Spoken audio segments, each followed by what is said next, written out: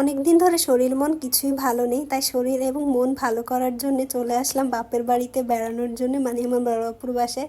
Hello everyone, I hope সবাই ভালো আছেন। আমি আল্লাহর মতো অনেক ভালো আছি। Welcome back to my another new blog. আজকে সকাল থেকে কোনো ভিডিও করা হয় নাই, শরীর অনেক খারাপ 2-3 দিন ধরে, তাই একটু ভিডিওগুলো কম দেওয়া হচ্ছে। এখন হচ্ছে প্রায় 1:30 কিংবা 2টার কাছাকাছি। এখন হচ্ছে আমি একটু শুইছিলাম সকালবেলা নাস্তা করার পরে, এখন ঘুম থেকে উঠে রান্না করতে আসছি।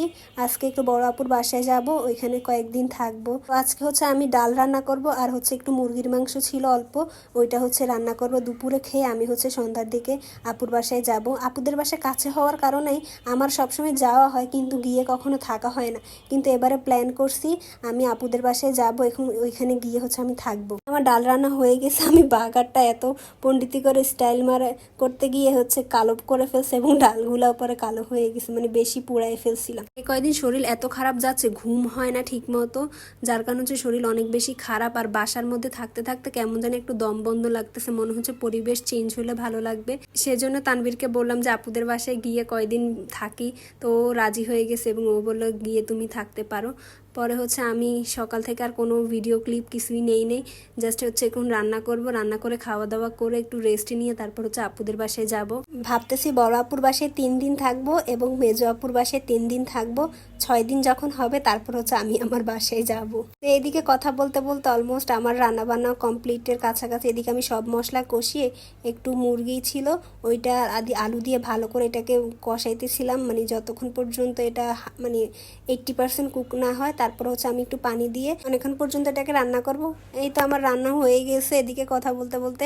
আর আজকে কিন্তু খাবারটা অনেক মোটামুটি ভালো হয়েছে। আর মুরগির পা না আমার অনেক বেশি পছন্দ, তাই হচ্ছে সবসময় আমার জন্য এই মুরগির পাটা থাকে। তো এখন রান্না বান্না করে এখন রেস্ট করতে আসছি, এখন একটু গোসল করে ফ্রেশ হব, দেন হচ্ছে দুপুরের খাবো। বিয়ের পরে মেয়েদের জীবনটা এরকম হয়ে যায় যে সংসারে সবার খেয়াল রাখতে রাখতে দেখা যায় নিজের কোনটা ভালো হবে এবং নিজের খেয়াল রাখা ওইটার হয় না। দেখা যায় শরীর যতই খারাপ থাকুক, নিজে যখন একা থাকেই তখন হয়তো বা রান্নাবান্না না করলেও হয় বা পরে খাবো, এরকম একটা চিন্তাভাবনা থাকে। কিন্তু যখন দায়িত্ব থাকে যে অন্য মানুষদের জন্য রান্না করতে হবে, তখন শরীর মন যেটাই খারাপ থাকুক ওইদিকে কেয়ার না দিয়ে, যতই কষ্ট হোক না কেন আমরা তাদের জন্য হচ্ছে সুন্দর করে রান্নাবান্না সব করে রাখি। তো দুপুরের দিকে দেখি ভালোই বৃষ্টি শুরু হয়েছে। বৃষ্টি শুরু হলেও আমার কাছে এখন না এই 2 দিন মনে হচ্ছে যে গরম পড়তেছে। মাঝখানে অনেক গরম পড়ছিল, তারপর বৃষ্টি হওয়ার কারণে 5-6 দিন পর্যন্ত ভালোই ওয়েদার ছিল, ঠান্ডা ঠান্ডা। এখন আবার হচ্ছে গরম পড়তেছে, তো বৃষ্টিটা দেখে বেশ ভালোই লাগতেছিল। আবার একটু টেনশনে ছিলাম যে বৃষ্টি যদি না থামে তখন আমি হচ্ছে আপুর বাসায় কিভাবে যাব। বেশ অনেকদিন হয়েছে বড় আপুর বাসায় আসা হয় না। ভাইয়ার বিয়ের পরে যতবারে গেছি মেজো আপুর বাসায় আসা হয়েছে, কিন্তু বড় আপুর বাসায় আসা হয়নি। তো বৃষ্টি থামছে, এদিকে আমি আমার ব্যাকপ্যাক গুছাই নিছিলাম, নিয়ে হচ্ছে যাচ্ছি। বেশি জামা কাপড় নিব না, জাস্ট 2টাই ড্রেস নিছি। আর যেহেতু বাসা কাছে, কিছু লাগলে হচ্ছে তানবীরকে পাঠিয়ে দিতে পারবো।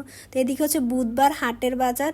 তো আমাদের এখানে তো হাট বসে জানেনি বুধবারে, কি পরিমাণের মানুষজন, আমি তো দেখে অবাক। আমি ভাবছি বাসায় মনে হয় একটা মানুষও নেই, সবাই হচ্ছে মানে চলে আসছে হাট বাজারে, এত পরিমাণের ভিড়। এর যেমন মানুষের ভিড় তেমন হচ্ছে আবার গাড়ি ঘোড়া। তারপর আমাকে দেখে জারামণি তো মহা খুশি, সে অনেক আনন্দ করতেছিল। তা আপু হচ্ছে এদিকে আমার আর জারার জন্য হচ্ছে নুডলস রান্না করতেছে, আর হচ্ছে চাল ভাজতেছিল ওর নিজের জন্য। তো আমরা হচ্ছে এখানে ট্রাই করতেছিলাম। তো জারামণি আর আমি অপেক্ষা করতেছি খাবার আসার জন্য। তো যখন আপু রান্নাবান্না সব কমপ্লিট করে নিয়ে আসছে, এখন হচ্ছে আমি জারাকে সবার আগে ট্রাই করতে দিছি। আর সে হচ্ছে এখন 2টা চামচ নিয়ে বসছে এবং সে হচ্ছে 2টা চামচ দিয়ে খাবে। তো আমার ভাগের চামচটাও হচ্ছে সে নিয়ে গেছে, সে ওই 2টা দিয়ে খাবে। তো আমি ওকে দেখাই দিচ্ছিলাম যে কিভাবে এই চামচ দিয়ে খেতে হবে, যদি ওকে দেখানো লাগে না মাশাআল্লাহ পারে। তো আপুর সাথে আমি কথা বলতেছিলাম, আর কথা বলতে বলতে সন্ধ্যার এই নাস্তাটা কমপ্লিট করতেছি। আমি যখন বাসায় থাকি তখন অলসতার কারণে আমি কিছু বানাইও না, খাইও না। যদি তানভীর থাকতো তাইলে হয়তো বা বানানো হতো, কিন্তু তানভীরও থাকে না, ও অফিসে থাকে। আমি একার জন্য বানিয়ে খেতে ভালো লাগে না, যদি লোকজন থাকে তখন বানিয়ে খেতে হয়তো বা ভালো লাগে। তো আপুর কাছে আসার কারণে এখানে আমার খাবার দাবার নিয়ে টেনশন করতে হয় না, অনেক কিছুই আমি খেতে থাকি বা অনেক কিছু আমার খাওয়া হয় ওদের সাথে তাল মিলিয়ে। কিন্তু একা থাকলে আর কি বানাতে অলসতা লাগে। তো নুডলস খাওয়ার পরে চা দিয়ে এখন একটু চাল ভাজা খেলাম।